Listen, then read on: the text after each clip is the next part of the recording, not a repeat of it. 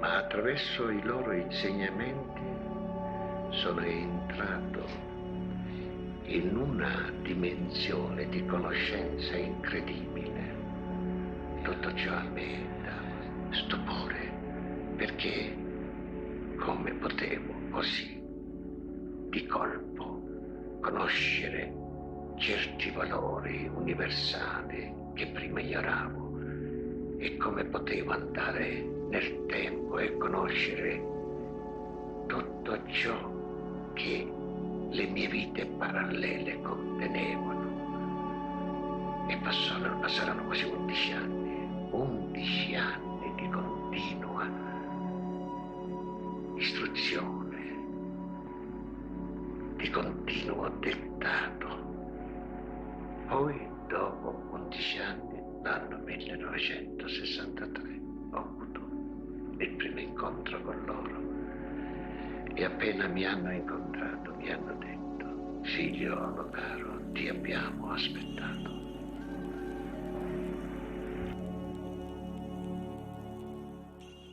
Después de esta breve introducción, os doy la bienvenida a Exociencias. Estoy grabando este podcast el 20 de diciembre del 2022. Después de algunos meses, sin editar ni grabar, vuelvo para retomar el resumen del libro de Eugenio Siragusa, El mensajero de los extraterrestres.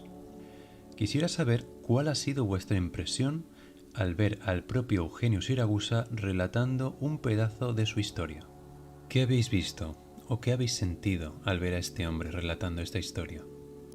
Dejadme que os diga que yo personalmente he visto a un hombre que ha trascendido, que una fuerza mayor lo ha cambiado y lo ha transformado prácticamente en un nuevo ser humano. Recordaros que Eugenio Siragusa fue uno de los pocos elegidos para ser el portador del mensaje de los extraterrestres en esta dimensión. Seguramente una experiencia pactada antes de venir a esta reencarnación en la Tierra. En esta segunda parte del vídeo nos ofrece un punto de vista diferente del origen del ser humano aquí en la Tierra, y nos ofrece una explicación de cómo hemos evolucionado como especie a lo largo de los siglos, así como también arroja otro punto de vista del origen de la cruz como símbolo cristiano. Sin más dilación, te pido que te acomodes y me acompañes para continuar con el viaje del mensajero de los extraterrestres. Para algunos puede ser un relato de ciencia ficción. Ni afirmo ni niego. La ciencia ficción se queda muy corta a la hora de intentar describir hipotéticos cataclismos, hipotéticas luchas de culturas y generaciones, y en la mayoría de los casos resulta poco convincente. Esta es una nueva historia inédita, dictada telepáticamente a Eugenio Siragusa. En aquel remotísimo tiempo, la humanidad del planeta Lucifer, Tyr en el lenguaje Sans, se sentía irremediablemente perdida. No quedaba ninguna esperanza de salvación, y era necesario huir lo más pronto posible. Millares de naves espaciales estaban preparadas, y otras venían del planeta Marte y del planeta Saturno. El planeta Lucifer, condenado a una lenta y progresiva desintegración, estaba a punto de alcanzar su nivel crítico. Había que obrar prontísimo. El desastre final podría ocurrir en cualquier momento. La energía atómica que el hombre había desencadenado con tanta ligereza había creado una desintegración en cadena de algunos yacimientos de elementos sensibles existentes en dicho planeta. Ninguno podía detener el caos de una potente energía convertida en destrucción. La Tierra se encontraba entonces en la órbita actual del planeta Venus, y este último en la órbita actual del planeta Mercurio. La cúpula terrestre se vio poblada de millares de transatlánticos espaciales, que hacían el trasvase de gente entre Lucifer y los planetas más próximos, es decir, la Tierra, Marte y Saturno. Estos eran los puntos más próximos donde podían encontrar la salvación. No todos lograron ser salvados, y los que lo fueron no pudieron llevar consigo más que lo elemental para sobrevivir. La Tierra, todavía en estado primitivo, poblada por enormes animales, no era del todo hospitalaria para el ser humano. De todos modos, resultaba remedio provisional en un momento tan desesperado, y se consideraba providencial su estado de evolución. Criaturas de ambos sexos y diferentes razas intentaron crear una sistematización en espera de acontecimientos, con miras a una supervivencia armónica. El tiempo de lo peor estaba próximo. Mientras millones de otras criaturas esperaban salvación, una visión apocalíptica tuvo lugar a los ojos aterrorizados de los que habían conseguido escapar. Sobre el firmamento apareció un enorme resplandor en forma de cruz. El cielo se había vuelto terso y aterrador. Una célula del universo había sido muerta y desintegrada por obra del hombre rebelde, por su desobediencia a las leyes del cosmos. Este se encargó de cobrarse el precio de la culpa. El caos que se produjo como consecuencia de la desintegración de dicho planeta fue enorme, no solo en la Tierra, sino en el sistema solar. El Sol vibró fuertemente, dejando salir de la propia superficie una enorme masa incandescente, que debía sentarse después en una órbita próxima y que nosotros con el tiempo llamaríamos Mercurio. La Tierra, Marte, Venus, Saturno y todos los restantes planetas del sistema solar recibieron enormes choques. Mientras tanto, gigantescos peñascos, trozos de materia sólida, del planeta destruido se desviaron en todas las direcciones del espacio sideral. Muchos de estos pequeños mundos encontraron asentamiento definitivo orbitando en torno al planeta Saturno. La sacudida en todo el sistema solar fue desastrosa. El planeta Tierra recibió también el impacto de uno de los enormes bloques del planeta destruido. La consecuencia inmediata fue la desviación de su eje magnético. Mas otros efectos, las erupciones volcánicas, hundimientos y elevaciones de la corteza terrestre, invasión espantosa de las aguas, movimientos telúricos de vastas dimensiones. Los seres que habían encontrado temporal salvación en la Tierra fueron diezmados y sus medios completamente destruidos y sepultados por las aguas y las tierras en movimiento. Los supervivientes no resultaron ser muchos y la lucha por la supervivencia fue desesperada. En sus mentes, el trastorno del inmanente sufrimiento psíquico provocó la anulación completa de la anterior personalidad. Los infelices seres que sobrevivieron a tanta desventura tenían delante de sí un pesadísimo bagaje de enormes sacrificios para poder prolongar el nuevo camino de su existencia. Lentamente y después de mucho tiempo se fue remansando en sus mentes el recuerdo y las imágenes de tal catástrofe cósmica. El recuerdo de haber venido del cielo no les abandonó durante milenios, y lo fueron contando de generación en generación como una enorme tradición histórica que señaló su procedencia y origen.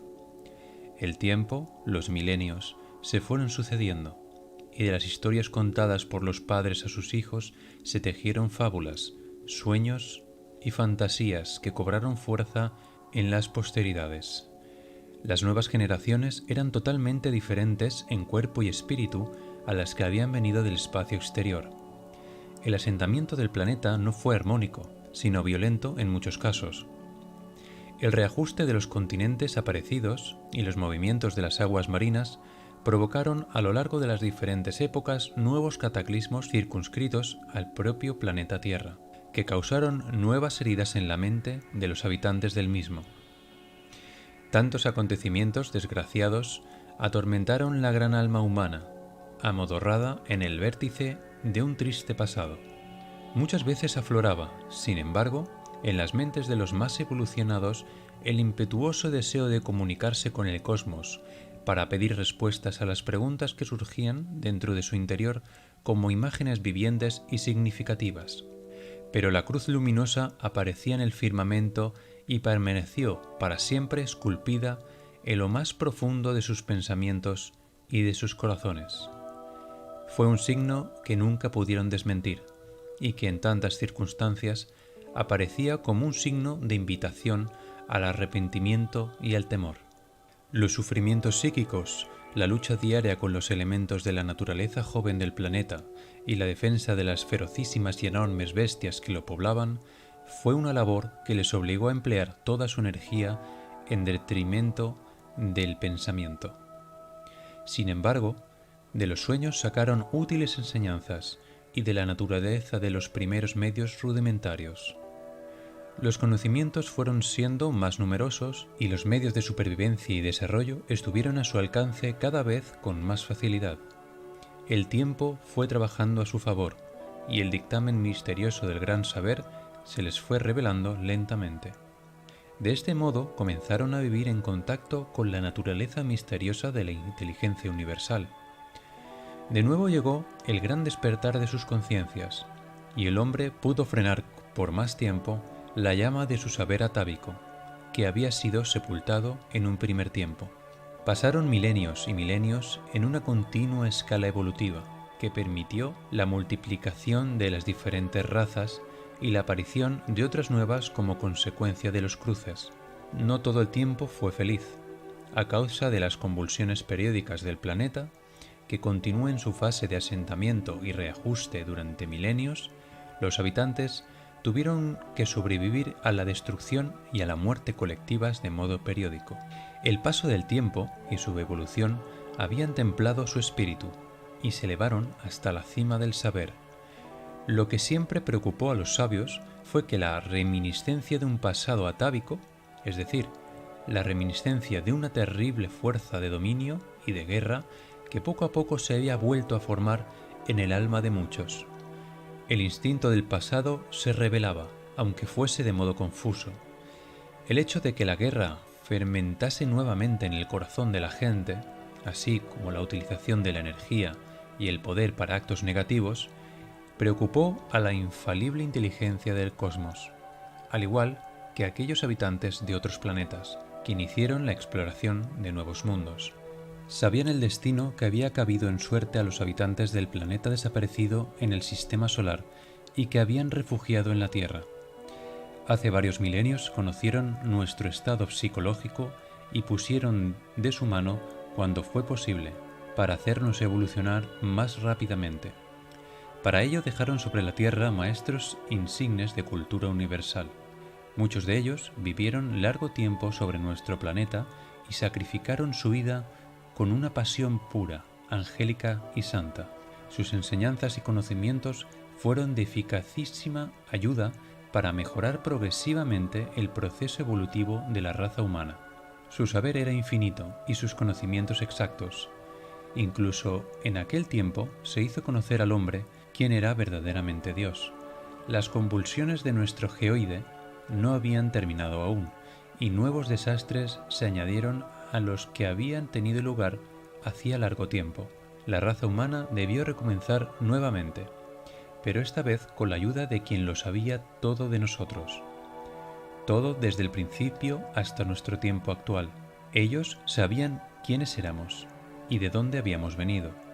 Nada se escapaba a su conocimiento, y tampoco la progresiva y malvada formación de instintos agresivos y negativos en nosotros. Instintos que desarrollaban siempre acciones funestas para la evolución posterior del planeta y sus habitantes.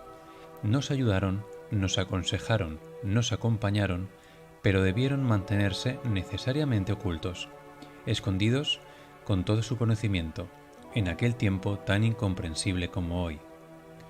Muchos de ellos se sacrificaron por nuestro bienestar, y muchos otros hicieron obras maravillosas e inconcebibles para la gente contemporánea.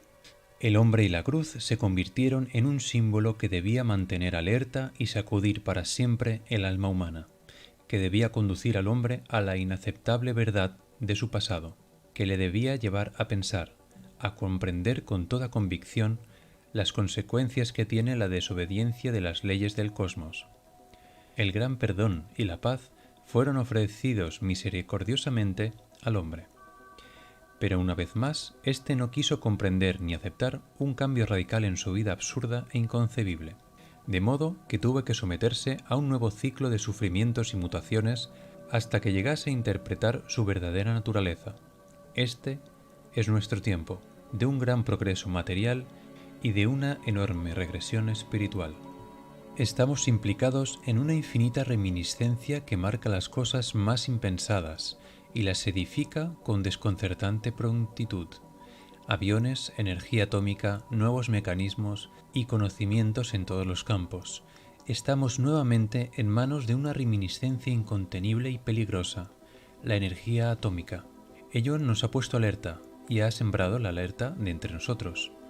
El monstruo de inaudita potencia y destructiva violencia ha tentado nuevamente a la especie humana y amenaza con repetir la ya vieja historia de nuestro sistema solar. Parece como si la mente humana estuviese en manos de esta caótica energía, como si una irresponsabilidad inmutable intentase emplearla cual medio de muerte y destrucción. Por providencia para todos, la malvada intención de unos pocos y el susto de muchos han traspasado el océano inmenso del espacio sideral para llegar al corazón y la mente de los justos, de aquellos que conocen la ley del universo mejor que nosotros. Ha llegado el momento en el cual es imposible no comprender que nuestra soledad en el gran espacio ha sido solo aparente, que en realidad nunca hemos estado solos desde hace muchos siglos. Muchos fenómenos deberían hacernos comprender más profundamente que estamos en un estado suficientemente idóneo para aceptar verdades universales de mayor importancia que las que la historia nos ha dado a conocer. Hay que admitir que una gradual, aunque lenta, predisposición existe ya en millones de personas. Ello gracias a la indiscutible, precisa y metódica obra de los hermanos mayores que, como en el pasado, hoy más que nunca, se prodigan con perseverancia y voluntaria abnegación. Muchos habitantes de nuestro planeta están convencidos de la existencia de los extraterrestres. Muchos otros han visto personalmente aterrizar y cruzar el espacio a enormes velocidades pequeñas y grandes naves. Algunos incluso han podido ver a los tripulantes de dichas naves y han descrito sus trajes espaciales y su aspecto físico. Muchos son los querubines, serafines y tronos que nos guardan, que escrutan atentamente nuestros propósitos, preparándonos para aceptar verdades más profundas que en siglos pasados han permanecido como ideas confusas en nuestra conciencia.